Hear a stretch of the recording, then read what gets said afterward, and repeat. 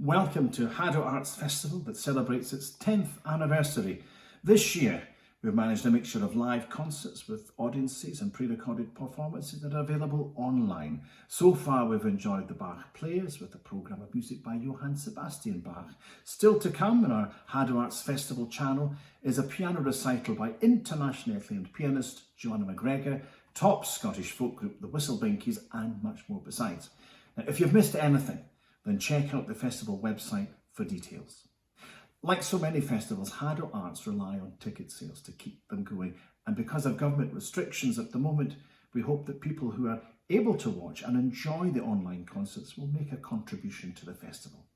Today's presentation was filmed in and around Haddo House, especially the morning room. Now, it's a room that I remember very well from my visits to the Haddo House Choral and Operatic Society performances, and it was the room where the founder and much loved June Gordon, Lady Aberdeen, used to sit and take the early sun that streamed through the window.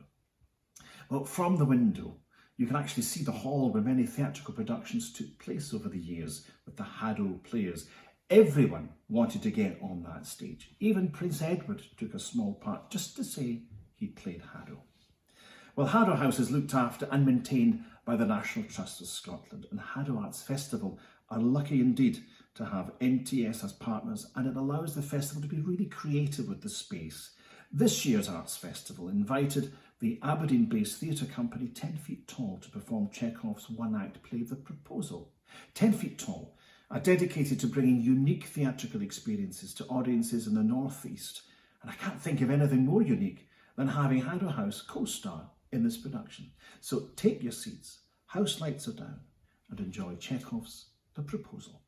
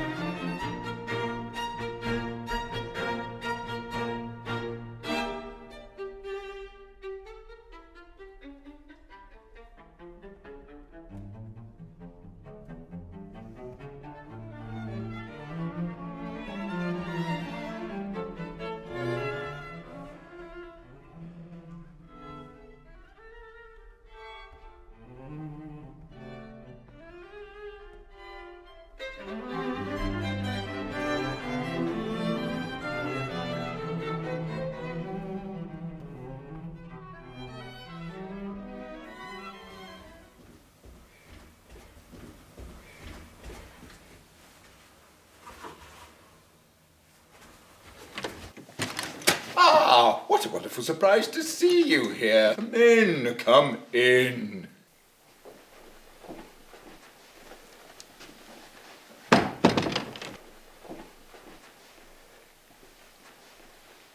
How are you?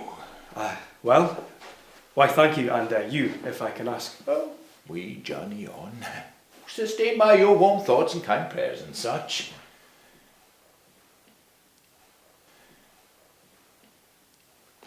Oh, I forget myself. Please sit. Lighten the load and such. Come now. Why the attire? Are you off to visit someone? No, dear Stepan Stepanich, only here. Then why so formal? Tales and such. Well, the thing is, honoured Stepan Stepanich, I have come to ask something of you. This is not the first time that I have had the privilege of asking for your assistance. How should I put it? I'm sorry, I'm getting myself into a tiz. I'll just have some water. He comes to ask for money, huh? Well, a big fat no is what he'll get. What is it, my heart? My dear Stepan Samovich, I am before you, as only you can help, although I know I am not worthy and I do not deserve it. Now, dear man, do but spit it out and such. I have come to ask for the hand of your daughter in marriage. What about the rest of her? Oh, dearest man. By heavens. Say it one more time, to be sure I heard you right and such. I have come to ask for the hand of your daughter in marriage. This is wonderful. It's what I've always wished for. You've been like a son to me, and such a truly heartfelt moment indeed. But look at me bantering on. I will call Natalia at once. Such happiness and joy. Before you do you think that she'll accept me? Why, just look at you. You are a catch, dear man. And she is like a kitten frolicking in the heather about you. Won't be a minute.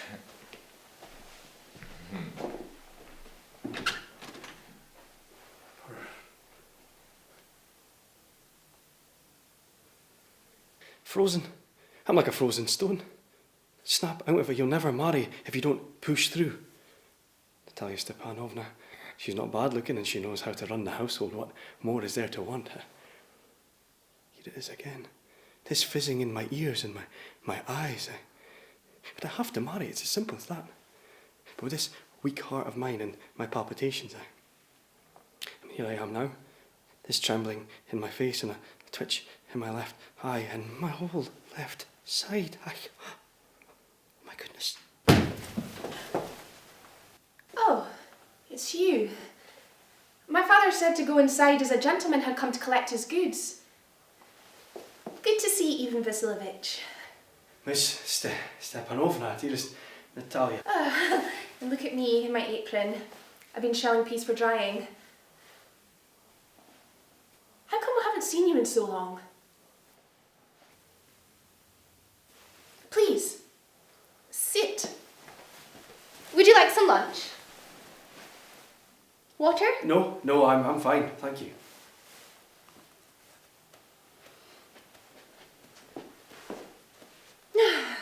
Me.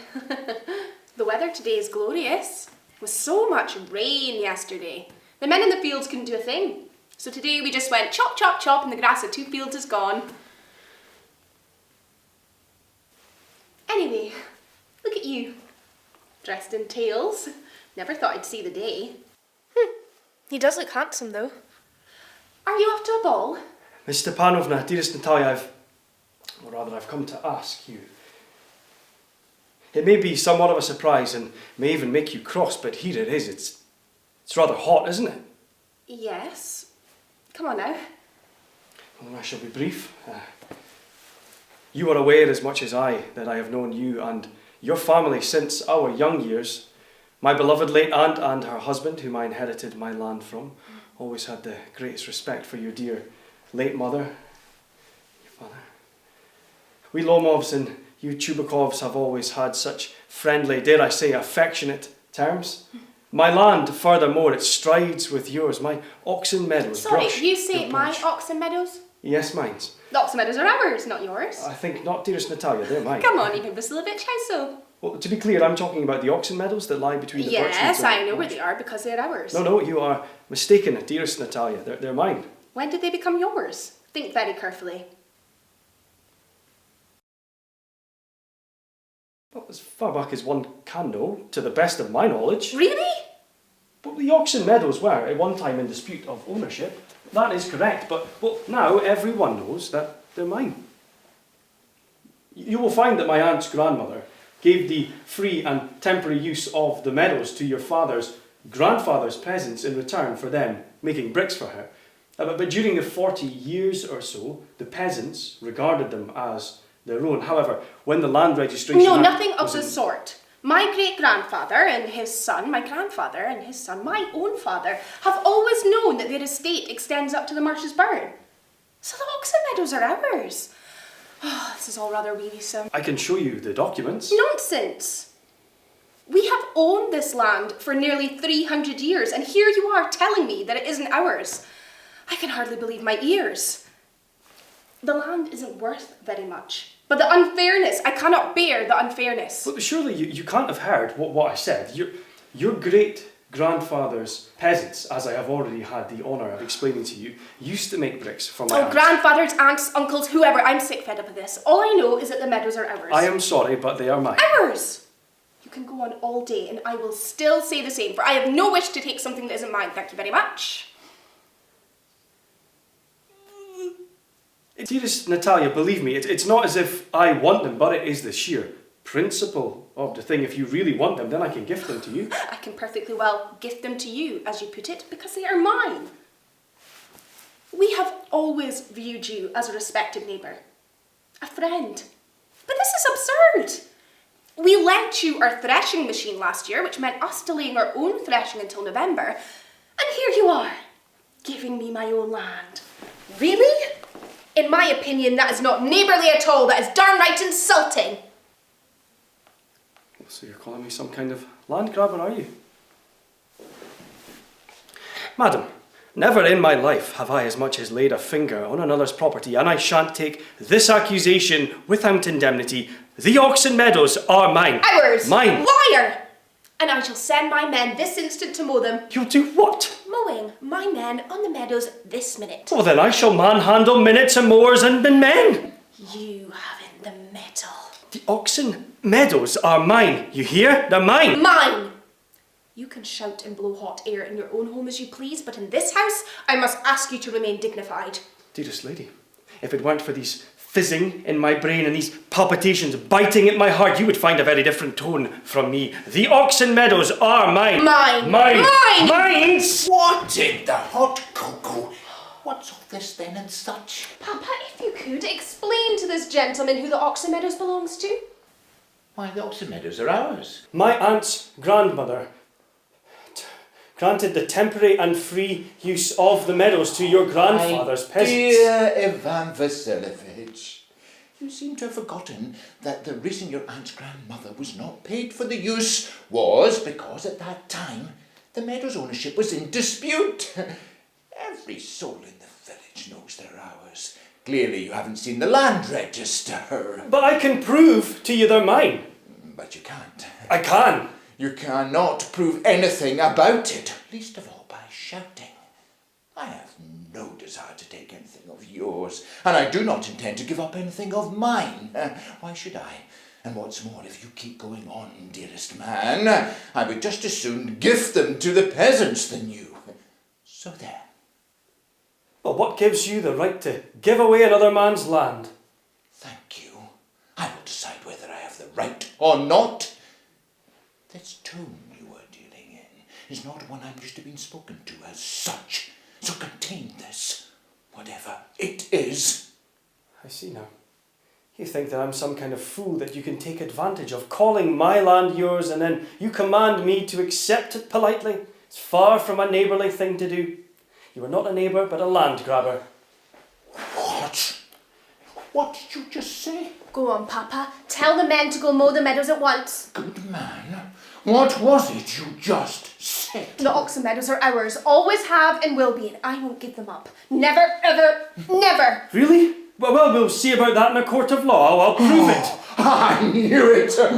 You and your lot, your family are all the same. Rabble-rousers, the lot of you. Itching to go to court and such. I'd thank you not to slander my family name. We law-mobs have always been fine, upstanding, law-abiding citizens, unlike your grandfather who was charged with embezzlement. Oh, you and your family are all mad. Yes, all of them. All.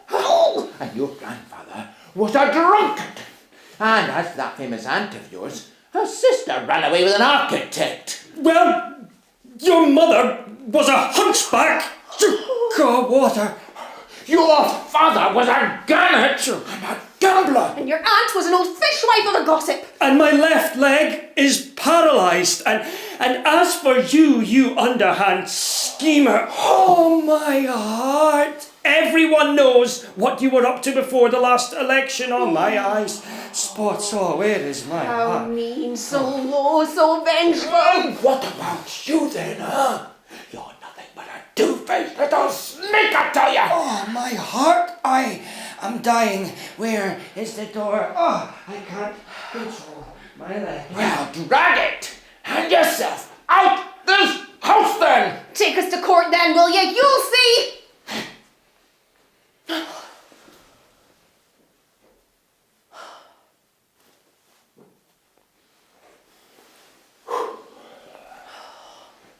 So much for that little blunderbuss. So much for that little villain. That sleeky moose. The dunderhead. The clique ain't good for nothing. The monster. Has the cheek to take our land and then curse at us. And to think that little upstart, that cotton bud with a peanut brain came here to make a proposal. A proposal? Yes, a proposal. A proposal to me. Oh yes, of course a proposal to you. Who else? That's why he was dressed like that and such. He came to make a proposal to me. Bring him back.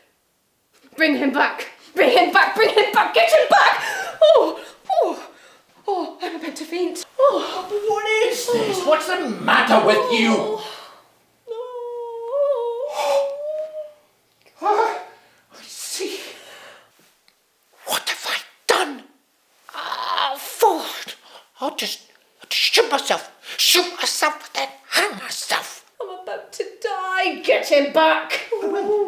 I am. I'm going. Just don't wail. What have they done? What have they done to me? Get him back!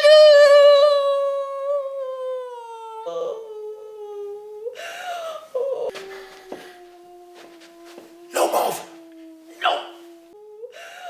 He's coming back. He's coming back and such. Just talk to him yourself. I'll leave you to it. Oh, bring him back, please. He's on his way. What a day. The life of a father and his grown-up daughter. Cut my throat. Just cut my throat. That man. We have shamed and abused him, thrown him out, and it's all your doing. Me, you say? It was you. Oh, yes. All my fault and such. Woo! Now's your chance. Take it. Pain in my side. Ferocious palpitations. Can't feel my leg. Forgive us, Ivan Vasilovich. We all got a little heated. I remember now. The oxen meadows are yours. Heart is nearly bursting through my chest. Yes, the meadow's mine. Yes, twitching both the eyelids. Yours. The meadows, yes. Please, sit.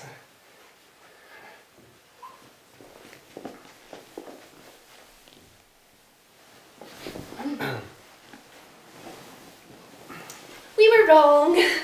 Yes. I don't care about the land, but it was the principle of the thing. The principle. Indeed, the principle, yes. Now let us talk about something else. Especially as I have proof. Yes, my aunt's yes, I grandma. understand. I wish I knew how to snap him out of this. Will you begin hunting again soon? For grouse, That was easier than I thought. I'll make a start after the harvest. But did you hear about my Rubel? He's gone lame. Such terrible luck. Horrible news. How did it happen? I'm not sure. He must have twisted something or bitten by some other dog. My finest dog, not to mention the money. Cost me 150 rubles. Really? Too much, dear Ivan Vasilovich, too much. Well, I think it was a bargain for a first-class dog. Papa only paid 90 rubles for Chaser, and after all, he's a finer dog than Rubel. How so? Chaser better than Rubel? How do you mean? Chaser is still to shed his puppy coat and his fat, but his lines, his angulations, he is far superior. Forgive me, but you're forgetting about Chaser's jaw, surely. But he's overshot, and overshot dogs make for bad hunters. First I've heard of it. Overshot? But I can assure you that his upper jaw is longer than his lower jaw. Yes. Nonsense. What? You've measured them, have you? Yes. Yeah, I have. But he's okay in the pack, but to hold anything, He is a pure breed borzoi from the parents of champions, whereas your dog is an old mixed cross. Well, he may be, but I wouldn't trade him for 5 of your Chasers. I mean, if his parents are champions, well, it's ridiculous. He's a massive overshot. 30 rubles at most. There's some demon of contradiction in you today, Ivan Vasilovich. First, you say that oxen meadows are yours, and now you say that Rubel is superior to Chaser. I can't stand it when people don't say what they mean, when you clearly know that Chaser is better than Ruble. So why claim the opposite? You obviously think that I am either blind or stupid. Don't you understand that Chaser is overshot? It's not true. It is. It's not. It is. Not true! Why shout then? Well, I claim the opposite. Your Ruble is ready to be put to sleep, and here you are comparing him to Chaser. Excuse me, but I can no longer continue with this discussion. I am suffering from palpitations of the heart. You are an amateur hunter talking more than you know about. Madam, be quiet. I am about to have a heart attack. I will not be quiet. Not until you concede that Chaser is 100 times better than your Ruble. 100 times worse. I hope that he keels over dead. Oh, my head, my shoulder, my whole left side. Well, there's no need to kill your Ruble because he's pretty much dead already. Shut up! I am having a heart attack. Now what's happening? Papa, tell us plainly who is the better dog, our Chaser or his Ruble? But please, dearest Stepan Stepanich, tell us one thing. Is Chaser overshot or not? Oh, what if he is a little? What does that matter? He's still the best dog in the region and such. But isn't my Ruble better? Come on now. Oh, don't get so excited again, dear man. Allow me, if you please. Your Ruble has some wonderful points. His ribs are well sprung, his gait is strong, his head is large and such. But you must know he falls down on 2 points. He's old and short in muzzle. Excuse me, but I am experiencing palpitations of the heart. Can we please just examine the facts? On a hunt last year with the Count Marushkin, my Ruble was leading the pack with his dog Bullet whilst your Chaser was half a mile to the rear. He was behind because the Count had taken his whip to him. And for good reason. They were after a fox, but he went after a lamb. That is not true! Now, my dear fellow, I have a short fuse, so let's just leave it at that and such. Oh, and you too, sir, you're not blameless. No sooner have you noticed that somebody else's dog is better than your Ruble, you start with all this. I remember, you know. Well, I remember too. Oh, my heart, I can't move. What do you remember too? What palpitations? The palpitations can't what? Hunt? Ah, yes, hunt. You might as well stay in bed counting sheep than chasing foxes. All you go for is to complain and moan and this dog and that dog and such. Would you think that you are a hunter? We all know that you only attend so that you can get in with the Count and his rich friends, you social schemer. You better button your lip, young man. Schemer? Unlicked Up, old trout. Button that lip, or so help me, I'll shoot you like a pigeon, you vermin. Well, everyone knows that, oh, my heart, that your late wife used to beat you. Oh, heart, move. Your housekeeper has you under her thumb every which way. Come on then. I am having a fatal heart attack. Doctor, get a doctor. Boy, milksop, buffoon. I feel like now. You aren't a hunter. You can barely mount a horse, let alone ride one. Papa, look at him. What's wrong with him? He's dead. Oh, I think I am going to faint. Papa, I said he's dead. What? Who? Ivan Vasilovich. Ivan Vasilovich. Ivan Vasilovich. Oh, Ivan Vasilovich. Oh, what have you done to me?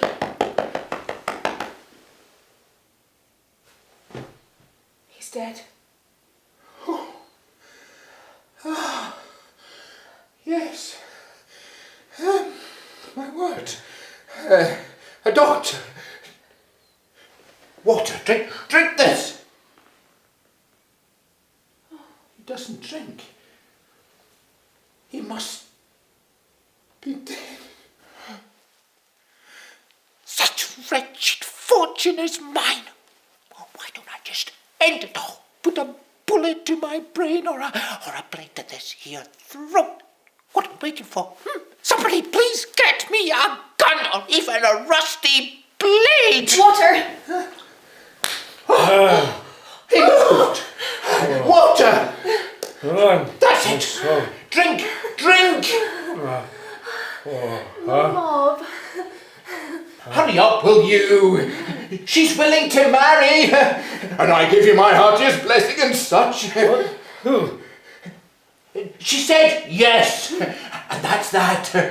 Yes, I accept your proposal, yes. Well, give it a ring and be damned. Well, I guess we'll have to do. Very nice. Well, thank you. What is all this about then? Oh, no, I remember. Heart, palpitations, stars. No, I'm very happy. Oh, legs away. And I'm happy too. Truly. Thank God for that.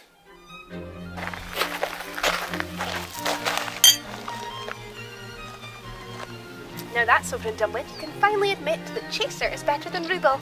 No, he's not. Yes, he is. No, he's not. Yes, he is. No, he's not. Yes, he is. No, he's not. Yes, he is. No, he's not. Have mercy on us.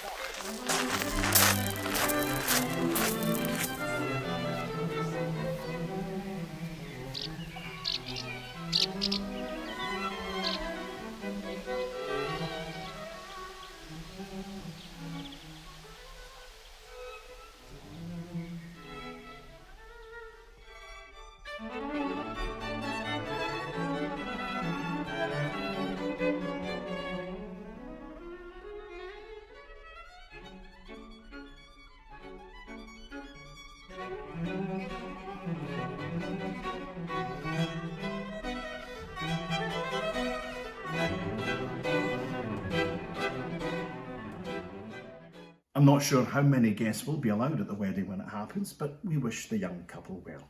10 Feet Tall's production of The Proposal by Anton Chekhov, performed mainly in the morning room at Haddo House for Haddo Arts Festival. Now, the cast were Stewart as Trubakov, Sarah Aud as Natalia, Mark Wood not only played Longmouth but he also directed, and the producer was Cameron Mowat. Thank you for joining us here at Haddo Arts. A lot of the funding for Haddo Arts comes from ticket sales. We're still unable to open the doors fully to audiences, so this is our way of trying to generate some much needed financial support. If you can, please donate via the link at the bottom of the screen. Thank you.